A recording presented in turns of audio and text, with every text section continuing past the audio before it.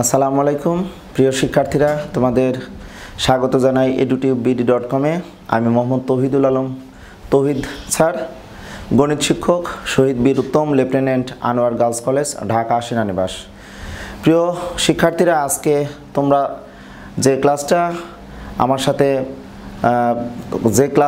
যে ক্লাসের জন্য তোমরা আমার সাথে থাকবে সেটা মূলতই খুবই একটি ইম্পর্ট্যান্ট ক্লাস।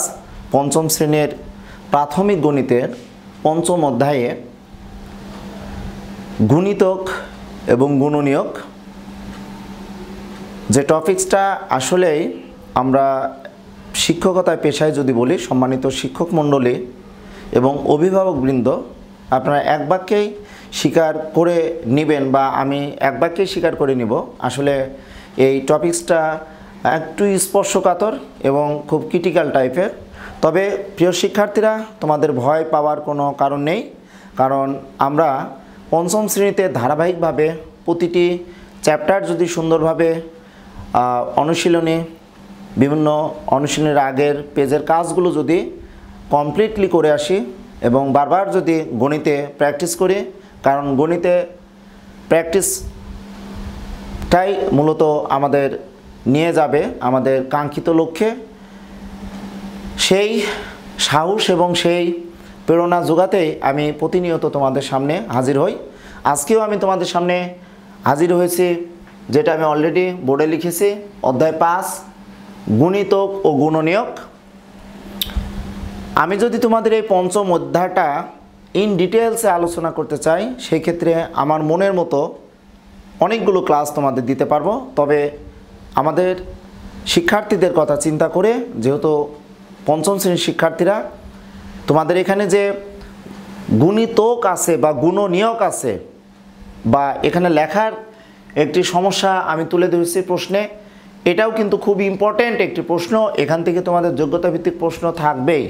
তোমরা দেখে থাকবে যে আমি যে পঞ্চম শ্রেণীর গাইডমূলক একটি পরামর্শমূলক একটি ক্লাস দিয়েছিলাম, ওখানে কিন্তু এই পঞ্চম অধ্যায়ের কথা বারবার বলা হয়েছে।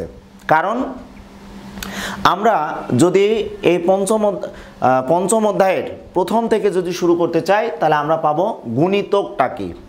আমি আমার শিক্ষার্থীদের সহজ করার জন্য গুণিতক এবং গুণনীয়ক এই দুটি আমি শব্দকে একটু ডিফারেন্স করে বলতে চাই।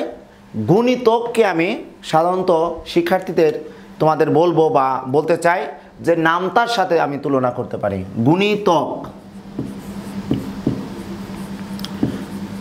গুণিতক এই কথাটা আমি নামতার সাথে হয়তো তুলনা করতে পারি। যেহেতু তোমরা পঞ্চম শ্রেণীতে পড়াশোনা করো, সেই ক্ষেত্রে দেখো আমি গুণিতক লিখেছি এবং পূর্ণ সংখ্যা একটা টপিকস লিখেছে। কারণ তোমরা তোমাদের পাঠ্য বইয়ে পূর্ণ সংখ্যাটার কি এইটা অ্যাকচুয়ালি ক্লিয়ার হতে পারো না, মুখস্থ করার জন্য হয়তো মুখস্থ করো, কিন্তু অ্যাকচুয়ালি পূর্ণ সংখ্যার ধারণা আমরা যদি 8 থেকে শুরু করি বা ক্লাস 7-এও যদি তোমাদের পাটিগণিতের কথা বলি, ওখানেও কিন্তু পূর্ণ সংখ্যার ধারণাটা আছে।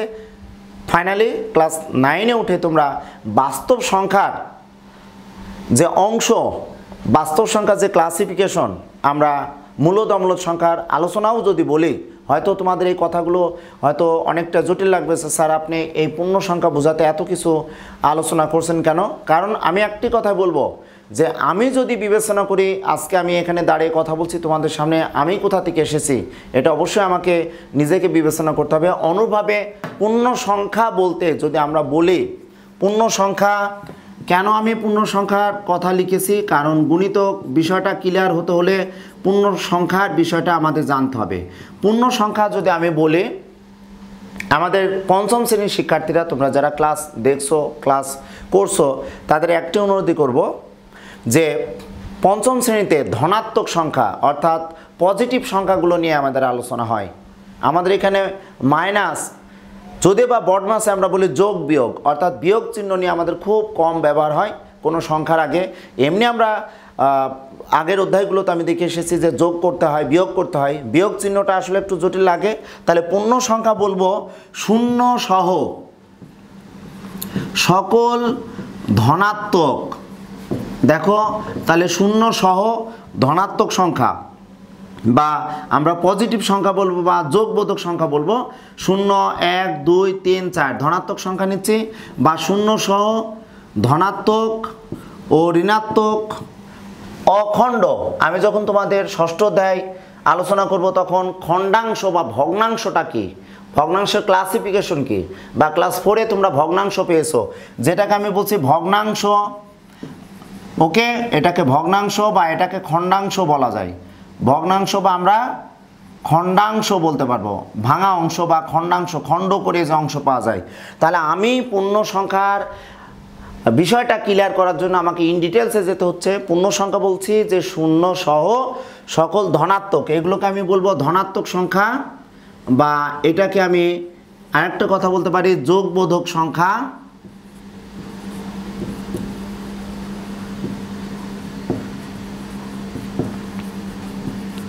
বা এইগুলো বিয়োগ চিহ্ন, এটা আমি বলবো ঋণাত্মক সংখ্যা,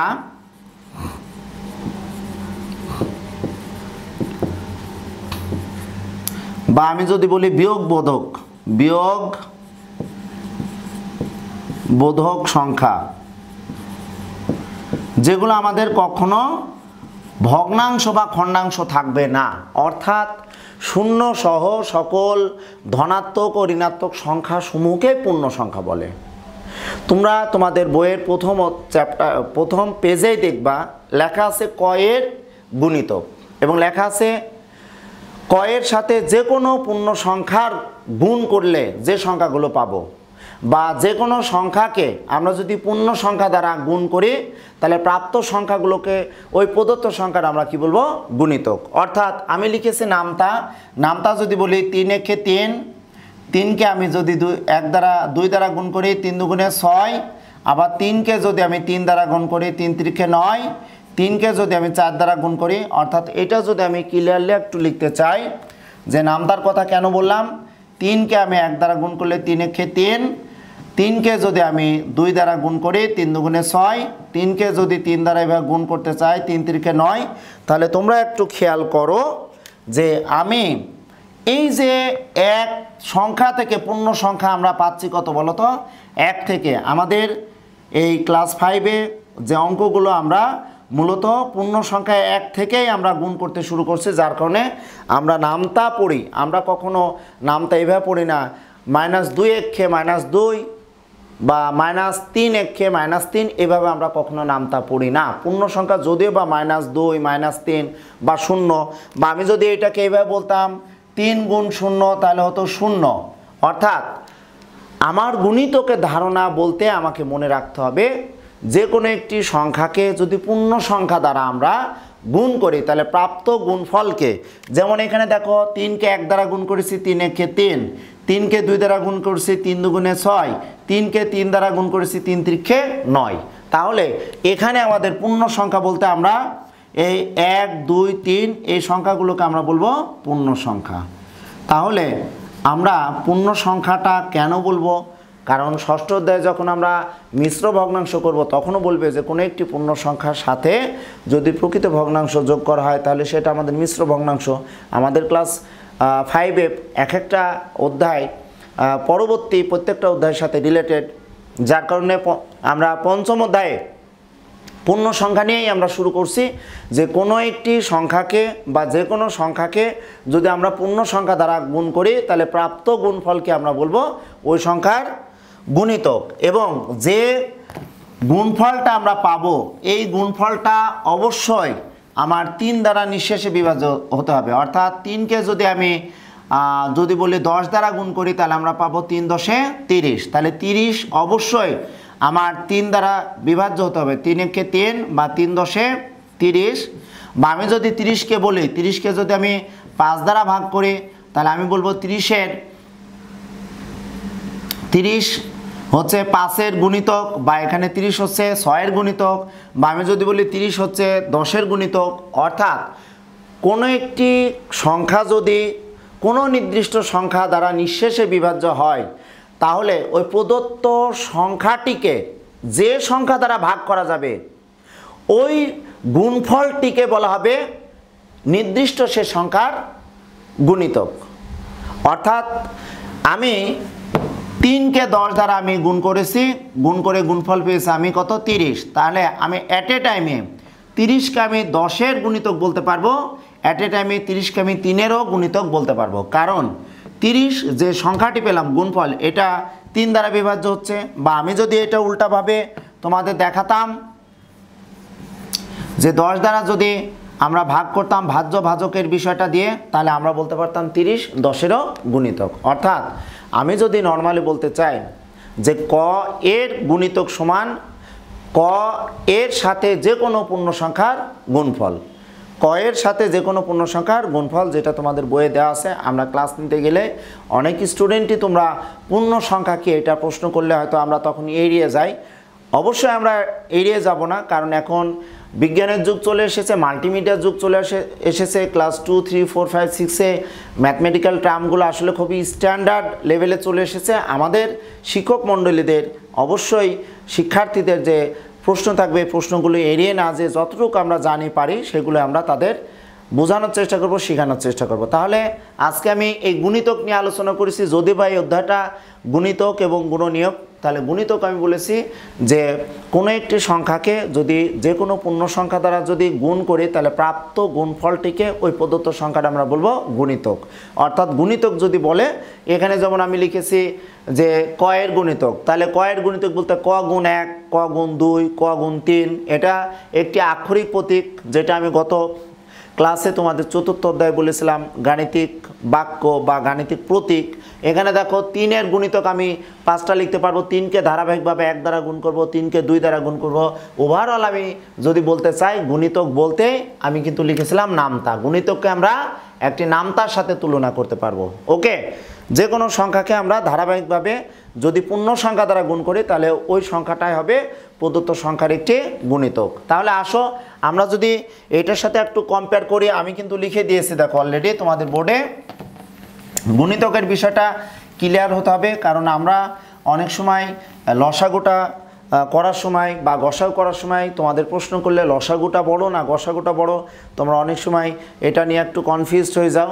এবার আসো দেখো, তাহলে গুণিতক বিষয়টা কি বুঝলে? পূর্ণ সংখ্যা কি আমি বোর্ডে লিখেছিলাম, এখন এখানে আছে দেখো ক এর গুণিতক আমি কিভাবে দেখাবো। তাহলে ক এর গুণিতক সমূহ, ক এর গুণিতক সমূহ আমি এখানে কি লিখতে পারি? ক গুণ 1 সমান ক, ক গুণ 2 সমান আমরা পাবো 2 ক, ক গুণ 3 সমান আমরা পাবো 3 ক। এভাবে আমরা dot dot dot dot dot এভাবে আগাতে পারবো। ওকে, কেন এটা বললাম? যেহেতু তোমাদের মেন বইয়ে ক দিয়ে তারা আলোচনা করেছে যে আমরা যদি ককে যে কোনো পূর্ণ সংখ্যা, আমরা এই সংখ্যাগুলো কিন্তু মূলত পেয়েছি কি পূর্ণ সংখ্যা, এইগুলোই আমরা পেয়েছি কি বলতো পূর্ণ সংখ্যা। ওকে, পূর্ণ সংখ্যা পেলাম আমরা। পূর্ণ সংখ্যা 0 দ্বারা বা -1 দ্বারা বা -2 দ্বারা এই সংখ্যা দ্বারা আমরা কখনো গুণ করছি না। এগুলো অবশ্যই তোমরা 6-এ যখন উঠবে তখন বাস্তব সংখ্যার ক্লাসিফিকেশন পাবে, তখন তোমরা পূর্ণ সংখ্যার ধারণাটা বীজগণিতে যে পাবে, তখন হয়তো আমাদের সাথে তোমরা যদি কন্টিনিউয়াসলি edutubd.com-এ ক্লাসগুলো দেখো, সেই ক্ষেত্রে হয়তো মনে পড়বে যে তৌহিদ স্যার আমাদের লসাগু গসাগু করার সময় পূর্ণ সংখ্যার ধারণাটা দিয়েছিল। এবং তোমাদের বাসায় বা তোমাদের বাবা মা বা তোমাদের শিক্ষা প্রতিষ্ঠানের সম্মানিত শিক্ষক মণ্ডলী অবশ্যই এগুলো তোমাদের শিখে থাকবে, যার কারণে ধারাবাহিকভাবে তোমরা যদি পঞ্চম শ্রেণীর ক্লাসগুলো ভালো করে দেখো বা তোমাদের মেন বইটা যদি খুব সুন্দর করে প্রতিটা পেজেরই গাণিতিক প্রবলেম বা উদাহরণ বা কাজগুলো দেখো, সেই ক্ষেত্রে আমি বুকে হাত দিয়ে বলতে পারবো যে স্বয়ং উপরওয়ালাও আমাদের বিদ্যার দ্বার খুলে দিবেন। এবং আমরা যতই চর্চা করব ম্যাথমেটিক্যাল টার্ম, ততই আমরা শিখব। হয়তো ভুল হবে, ভুলের মাঝেই আমাদের শিখতে হবে এবং ভুল করলেই আমরা শিখব। তাহলে আসো এভাবে করে যদি আমি তোমাদের দেখাতে চাই 3 এর গুণিতক সমূহ, তাহলে 3 এর গুণিতক সমূহ যদি বলি 3 এর ক্ষে 3, এবার যদি আগাতে থাকে 3 দুগুণে 6, এবার যদি আগাতে থাকে 3 ত্রিক্ষে 9। ওকে, এবার যদি আগাতে থাকে 3 4 12। দেখো একটু খেয়াল করো, প্রতি ক্ষেত্রেই 3 একটি নির্দিষ্ট সংখ্যা ফিক্সড রাখা হচ্ছে, প্রত্যেক ক্ষেত্রেই 3কে ফিক্সড রাখা হচ্ছে। এবং আমি যদি অন্য একটি কালার অর্থাৎ কালো কলম দিয়ে আমি যদি দেখাই যে 1 2 3 4 ইত্যাদি। হয়তো তোমার প্রশ্নে থাকতে পারে যে 2 নম্বর প্রশ্নে থাকতে পারে 2-এর 3টি গুণিতক লেখো বা 2টি গুণিতক লেখো, বা তোমাকে বলতে পারে 20 পর্যন্ত 2-এর কয়টি গুণিতক আছে, বা 25 পর্যন্ত 6-এর কয়টি গুণিতক আছে। এভাবেও তোমার প্রশ্ন আকারে তোমরা পাবে, বা তোমরা প্রশ্নে এগুলো দেখবে যে এমন হয়তো ছোট ছোট প্রশ্ন দিয়েই তোমাকে হয়তো ঘাবড়িয়ে দেবে। অনুরোধ করব তোমরা ঘাবড়াবে না, তোমরা এমনি ইনশাল্লাহ এই চ্যাপ্টারগুলো যদি ভালোভাবে প্র্যাকটিস করো পারবা। ওকে, এখন আসো তাহলে এবার যদি 3, 5, 7-এর যদি গুণিতক আমরা বের করতে চাই তাহলে ধারাবাহিকভাবে আমরা গুণ করে প্রতিটায় আমরা সংখ্যার গুণিতক পাবো। এবার আসো সাধারণ গুণিতকটা কি। ওকে, সাধারণ কথাটা আমরা যদি বলি সাধারণ গুণিতকটা কি একটু লক্ষ্য করো। সাধারণ গুণিতকের বিষয় দেখো, এখানে লেখা আছে সাধারণ গুণিতক। তাহলে আমরা যদি বলি যে আমরা আমাদের বিদ্যালয়ে যখন তোমাদের শিক্ষাদান করে থাকি, বা তোমাদের যখন বিভিন্ন সাবজেক্টের শিক্ষক মণ্ডলী যখন ক্লাস নিয়ে থাকে, তখন তোমরা নিজেরাই জাজমেন্ট করো যে আমাদের কোনো একজন শিক্ষক হয়তো সাধারণ একজন শিক্ষক, কমন একজন শিক্ষক, যাকে সবাই তোমরা পছন্দ করো। তো অনুভাবে সেই ধারণা নিয়ে যদি আমরা বলতে চাই যে আমরা 2 বা ততোধিক সংখ্যার কিভাবে সাধারণ গুণিতক পাবো, অর্থাৎ কমন একটি গুণিতক কীভাবে পাবো, জাস্ট তোমাদের বলে আমি যদি বা এখানে লিখেছে দেখো 3 ও 4-এর লসাগু নির্ণয় করো, সাধারণ গুণিতক থেকে আমরা লসাগু পাবো। তাহলে আমি তোমাদের যদি বলি 2-এর গুণিতক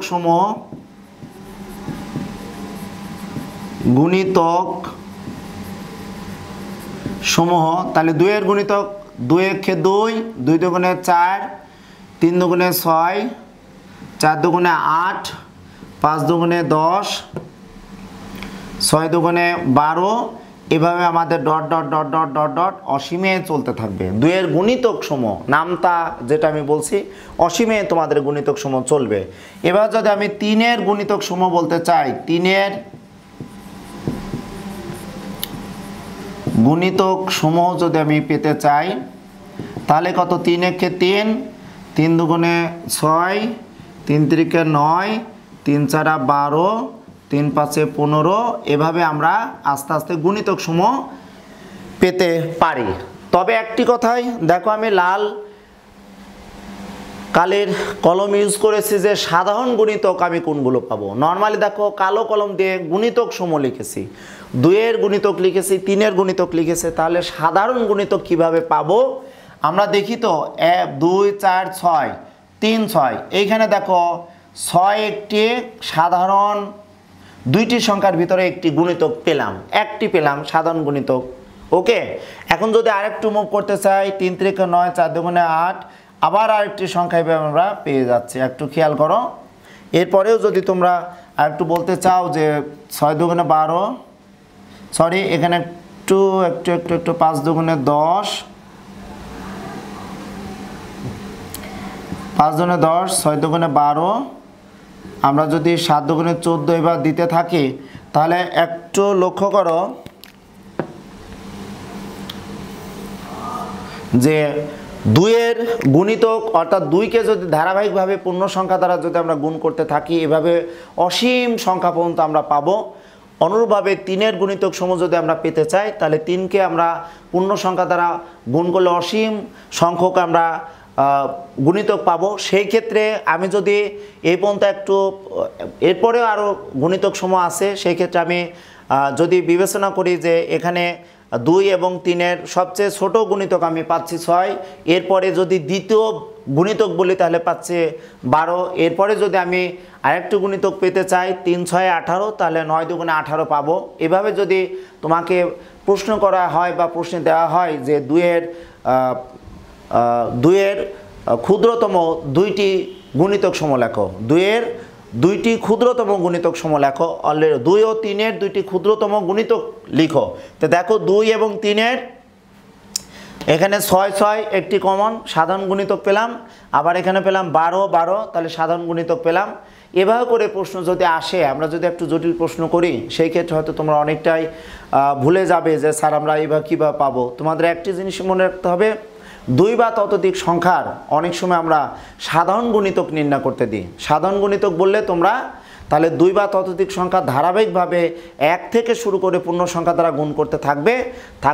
গুণ করার পর দেখবে যে দুই বা ততোধিক সংখ্যার সবচেয়ে ছোট গুণিতক যেটা আমরা পাবো, কমন গুণিতক পাবো, সেটাকে আমরা সাধারণ গুণিতক বলবো। অর্থাৎ দুই বা ততোধিক সংখ্যার গুণিতক সমূহ যদি কোনো পূর্ণ সংখ্যা দ্বারা ভাগ করে নিঃশেষে বিভাজ্য হয় তাহলে ওই সংখ্যাকে প্রদত্ত সংখ্যার আমরা সাধারণ গুণিতক বলবো।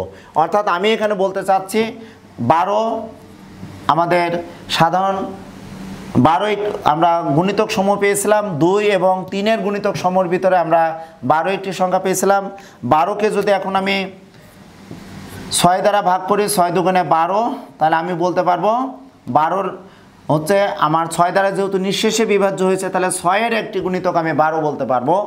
অন্যভাবে আমি 12কে যখনই 2 দ্বারা ভাগ করব তখন 6 দুগুণে 12, তাহলে আমি বলবো 2-এর গুণিতক হচ্ছে 12। আবার যদি আমি 12কে এভাবে 3 দ্বারা ভাগ করি, 3 4 12, তাহলে আমি এখানে বলতে পারবো 12 হচ্ছে 3-এর গুণিতক। এবার যদি আমি 12কে 12 দ্বারা ভাগ করি তাহলে 12কে আমরা 12 পাবো। আমরা বলতে পারবো 12 এর গুণিতক হচ্ছে কি, একটি গুণিতক হচ্ছে 12 বা 12 যে গুণিতক তার মেন যে সংখ্যা সেটা হচ্ছে কত, 12। তাহলে এভাবেই দুই বা ততোধিক সংখ্যার যদি আমরা গুণনীয়ক, দুই বা ততোধিক সংখ্যার যদি আমরা গুণিতক পাই তাহলে ওই গুণিতককে যদি যে কোনো পূর্ণ সংখ্যা দ্বারা আমরা নিঃশেষে বিভাজ্য করতে পারি তাহলে এই নির্দিষ্ট সংখ্যাসমূহকে প্রদত্ত সংখ্যার আমরা কি বলবো বলতো, আমরা সাধারণ গুণনীয়ক বলবো। অর্থাৎ 6-এর আমরা গুণনীয়ক 12 পাচ্ছি, 2-এর গুণনীয়ক পাচ্ছি 12, 12-এর গুণনীয়ক পাচ্ছি 12, 3-এর গুণনীয়ক পাচ্ছি আমরা 12। তাহলে স্টার চিহ্ন দিয়ে 12 আমাদের যদি বলি তাহলে এই 12টা হবে আমাদের সাধারণ গুণিতক। তাহলে 12কে আমরা বলবো সাধারণ গুণিতক। তোমাদের একটি কথা বলবো, গুণিতক এবং গুণনীয়ক এটা বারবার হয়তো আমাদের মিক্সড হয়ে যায়, তবে গুণিতকটা মূলত গুণিতক বলতে আমরা বলবো যে নামতার সাথে কম্পেয়ার করে। তাহলে লক্ষ্য করো যেখানে 12 12 12 12, এই 12কে আমরা বিভিন্নভাবে যে সংখ্যা দ্বারা ভাগ করে যদি কোনো ভাগ শেষ না থাকে তাহলে আমরা বলবো 12 হচ্ছে সাধারণ আমরা গুণিতক বলবো। তাহলে আমরা 6-এর, 2-এর, 3-এর এবং 12-র সাধারণ গুণিতক আমরা বলবো কে, 12। সাধারণ গুণিতক আমরা বলবো কে, 12। তাহলে বুঝতে পেরেছো প্রিয় শিক্ষার্থীরা যে অ্যাকচুয়ালি বলতে কি আমাদের এই অধ্যায়টা খুব ভালো করে তোমাদের প্র্যাকটিস করাতে হবে, কারণ এই অধ্যায় থেকে আমরা নর্মালি লসাগু গসাগু করে ফেলি, অনেক সময় ভাষাগত বুঝতে পারি না, ক্ষুদ্রতম বা বৃহত্তম কথাগুলো আসে, এগুলো আস্তে আস্তে তোমরা বুঝতে পারবে। এই ক্লাসগুলো তোমরা দেখতে থাকো। তাহলে আসো, তাহলে সাধারণ গুণিতক আমরা পেলাম যে আমি যদি বলি 2 3 4 6 12 এর সাধারণ গুণিতক অ্যাকচুয়ালি আমরা পেলাম কত, 12। ওকে, এখন আসো দেখো আমি 2 এবং 3-এর যে গুণিতক পেয়েছি এর মধ্যে সবচেয়ে ছোট, সবচেয়ে লঘিষ্ঠ গুণিতক কত পেয়েছে দেখো তো। সবচেয়ে লঘিষ্ঠ, ছোট বা ক্ষুদ্রতম, আমি যদি বলি সবচেয়ে লঘিষ্ঠ বা ক্ষুদ্রতম বলি, আমি বলবো ক্ষুদ্রতম এই কারণে 2 বা ততোধিক সংখ্যা, 2 বা ততোধিক সংখ্যার মধ্যে সবচেয়ে ছোট সংখ্যাটাকে আমি লঘিষ্ঠ বা ক্ষুদ্রতম বলবো। আর যদি দুইটা সংখ্যার ভিতরে আমি কম্পেয়ার করি তাহলে আমরা বলবো ক্ষুদ্রতর।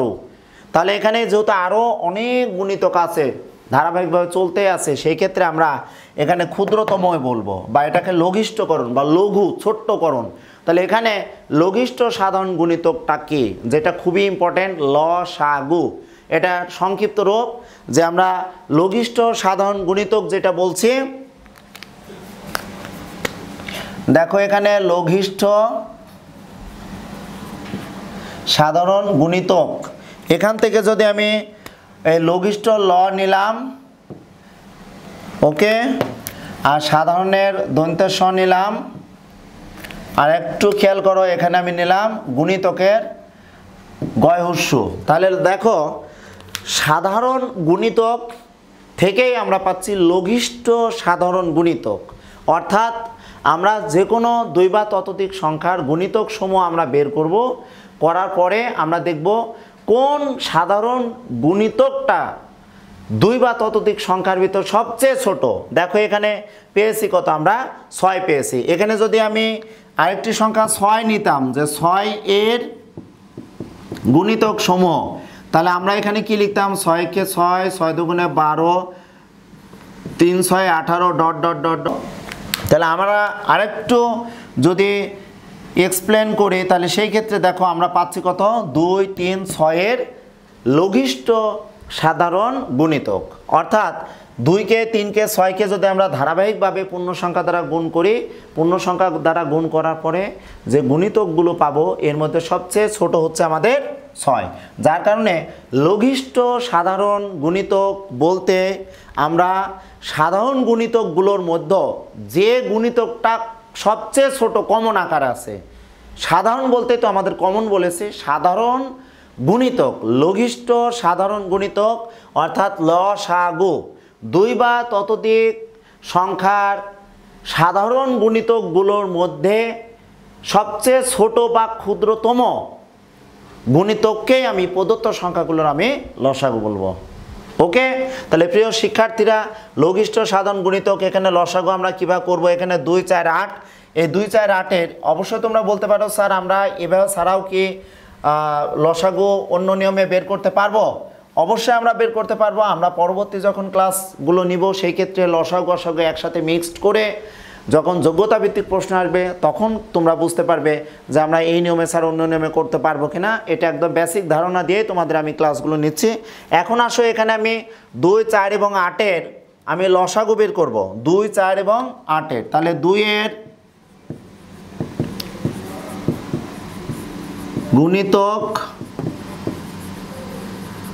সমূহ যদি বলি, 2 1 2, 2 দুগুণে 4, 3 দুগুণে 6, 4 দুগুণে 8, 5 দুগুণে 10, 6 দুগুণে 12,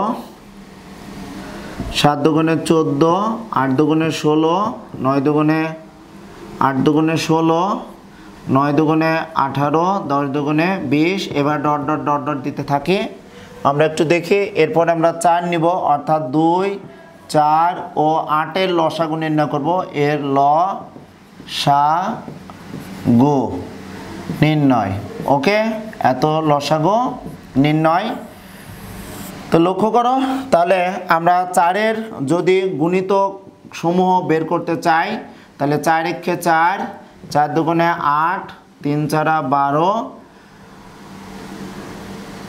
4 4 16, 4 5 20, 4 6 24, 4 7 28, 4 8 32। এভাবে আমরা এগোতে থাকবো। এরপরে আমরা পাবো কি 8 এর গুণিতক সমূহ। তাহলে আমরা লিখবো 8 1 8, 8 দুগুণে 16, 3 8 24, 4 8 32। এবার আমরা গুণিতক সমূহ পাবো। লক্ষ্য করো, আমি কিন্তু বলেছি লসাগু বের করব। এর মধ্যে লাল কালি দিয়েছে সাধারণ গুণিতক। তাহলে সাধারণ গুণিতক এখানে 2 4 এবং 8-এর সাধারণ গুণিতক যদি আমরা পেতে চাই, তাহলে আমরা কত কত সাধারণ গুণিতক পেতে পারি? আমরা এখানে দেখতে পাচ্ছি যে 8 8 8 এটি সাধারণ গুণিতক। যদি বা এখানে 4 আছে, 4 আছে কিন্তু এখানে নেই। আরেকটি গুণিতক কত পেতে পারি আমরা? 3 8 24, অবশ্যই আমরা পেতে পারি 24 24, এখানে নেই। আমরা একটু ভেঙে দেখি যে 22 24, ওকে, আমরা 26 এবার দিলাম ডট ডট ডট। তাহলে আমি যদি বলতে চাই 24 যদি পেতে চাই, তাহলে আমি দেখো এখানে 24 পেলাম আর এখানে পাচ্ছি আমি 24। এগুলো কিন্তু রেড পেন দিয়ে আমি হাইলাইটস করেছি। আমরা পেয়েছি লাল কালি দিয়ে। এখানে দেখো সাধারণ গুণিতক, এটাও সাধারণ গুণিতক, এটাও সাধারণ গুণিতক, ওকে। 8 দুগুণে 16, মনে আমি আরেকটি মিস করেছি। তাহলে এখানে 8 দুগুণে কত? 16। আমরা আর একটি দেখাবো, 4 দুগুণে 8, 8 দুগুণে 16 আমরা দেখাতে পারবো। আর একটু ফাঁকা করে লিখলে ভালো হতো। অর্থাৎ আমরা ফাইনালি পাচ্ছি কত? সাধারণ গুণিতক বলতে পারছে 8 পাচ্ছি, 16 পাচ্ছি, আর পেলাম কত 24। এভাবে আমরা পেতে থাকবো। সাধারণ গুণিতক সমূহ যদি বলি আমাদের এইভাবে ধারাবাহিকভাবে পূর্ণ সংখ্যা দ্বারা গুণ করলে আমরা পেয়ে যাব। এর মধ্যে সবচেয়ে ছোট লঘিষ্ঠ সাধারণ গুণিতক কত সেটা একটু খেয়াল করো। সবচেয়ে লঘিষ্ঠ সাধারণ গুণিতক আমরা পাচ্ছি, সবচেয়ে ছোট লঘিষ্ঠ লঘুকরণ আমরা পাচ্ছি কত 8। তাহলে আমরা ফাইনালি যেটা লিখতে পারবো, অতএব 2, 4 ও 8 এর লসাগু আমরা পাচ্ছি কত বলো তো 8 পেলাম। ওকে প্রিয় শিক্ষার্থীরা, তোমরা আমাদের এই youtubebd.com এ ক্লাস দেখতে থাকো। আমরা কন্টিনিউয়াসলি তোমাদের এখানে ক্লাসগুলো দিব এবং এখানে যদি বা একটি গাণিতিক সমস্যা তোমাদের লিখিয়ে দিয়েছি, আমি চাবো এরপরে তোমাদের লসাগু অর্থাৎ এখানে যে লসাগুটা আমি দেখালাম এরপরে গসাগুটা বোঝানোর পরে তোমাদের আমি এই গাণিতিক সমস্যা লেখার যে ওয়ার্ড প্রবলেমগুলো সেগুলো দেখানোর চেষ্টা করব। তোমরা সবসময় আমাদের সাথে থাকো, ক্লাসগুলো দেখতে থাকো। এই শুভকামনায় আজকের এই ক্লাস শেষ করছি। আল্লাহ হাফেজ।